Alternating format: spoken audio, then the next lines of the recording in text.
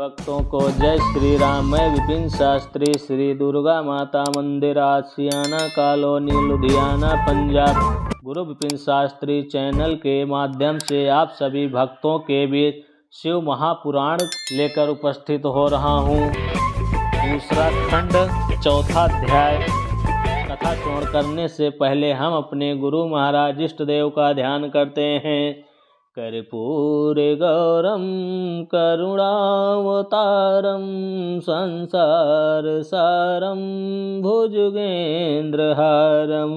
सदा वसंतम हृदयारविंदे भवम भवानी सहितम नमामि। ब्रह्मा जी ने कहा, हे नारद, जिस समय कामदेव अपनी सेना को लेकर शिव जी के पास चला, उस समय संपूर्ण संसार पर कुछ ऐसा प्रभाव पड़ा कि सृष्टि के समस्त प्राणी बुद्धिहीन हो उसके वशीभूत हो गए। शिव जी के गणों पर भी उसका प्रभाव पड़े बिना न रहा। जब शिव जी ने यह जाना कि कामदेव उन पर विजय प्राप्त करने के निमित्त अपनी सेना को साथ लिए हुए आ रहा है, तो उनके ऊपर उसका कुछ भी प्रभाव न पड़ा।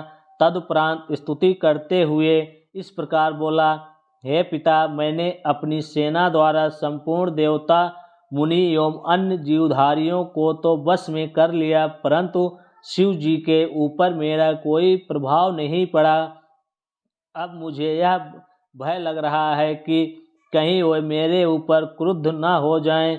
प्रज्वलित अग्नि के समान उनके स्वरूप का स्मरण कर मैं मन ही मन अत्यंत भयभीत हो रहा हूँ। मुझ में इतना बल नहीं है कि मैं उन्हें परास्त कर सकूं, क्योंकि इस बात की मैंने भली भांति परीक्षा कर ली है। हे नारद, कामदेव की बात सुनकर मुझे अत्यंत चिंता हुई और मेरे मुख पर उदासी के लक्षण स्पष्ट हो गए। उस समय मैंने शोकाकुल होकर जो बहुत से श्वास छोड़े, उनसे अनेक प्रकार के गणों की उत्पत्ति हुई। वे अपने हाथों में अनेक प्रकार के शस्त्र धारण किए हुए थे। वे बड़े जोर जोर से चिल्लाते, नाचते, गाते हुए मार मार की पुकार करते थे। उनका कोलाहल संपूर्ण दिशाओं में भर गया। वे अनेक प्रकार से उपद्रव करते थे। उनकी संख्या का वर्णन नहीं किया जा सकता। हे नारद, जब उन गणों को कामदेव ने देखा तो मुझसे पूछा, हे पिता, ये लोग कौन हैं और इनका नाम क्या है?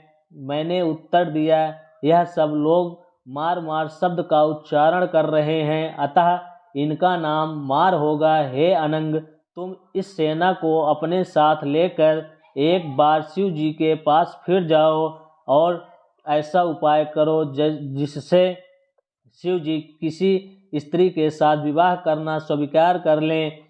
यह सुनकर कामदेव ने उत्तर दिया, हे पिता, पहले तो मेरा कुछ बस नहीं चला और अब भी कोई आशा नहीं है। फिर भी मैं एक बार पुनः आपकी आज्ञा से उनके पास जाता हूँ, परंतु आप यह निश्चित रखें कि यदि शिव जी का ध्यान भटक भी गया तो मैं जीवित कदापि नहीं बचूंगा। इतना कहकर कामदेव अपनी उस नई सेना को साथ लेकर वहां से चल दिया और उस स्थान पर जा पहुंचा जहां शिव जी ध्यान मग्न बैठे थे। सर्वप्रथम उसने पृथ्वी पर मस्तक रखकर शिव जी को प्रणाम किया। तदुपरांत उनकी प्रसन्नता के निमित्त अनेक प्रकार से उनकी स्तुति की। उसने प्रार्थना करते हुए कहा, हे प्रभु, मैं अपने पिता की आज्ञा अनुसार यह कार्य करने के लिए आया हूँ, अतः आप मेरे ऊपर कृपा बनाए रहें। इतना कहकर कामदेव ने अपने साथी बसंत को चारों ओर फैला दिया। उस समय संसार के किसी भी प्राणी का धैर्य स्थिर न रह सका, परंतु इतने पर भी शिव जी का ध्यान विचलित न हुआ। कामदेव का उस समय भी यह बड़ा सौभाग्य रहा कि शिव जी ने उसे निराभिमान अनुमान कर भस्म नहीं कर दिया।